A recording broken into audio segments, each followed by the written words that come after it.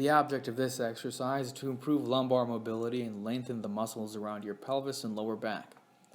To begin, set up in the quadruped position with your hands under your shoulders and knees below your hips, with your stomach drawn in. Let your back sag and look up, then tuck your tailbone toward you and push your back upwards as far as you can.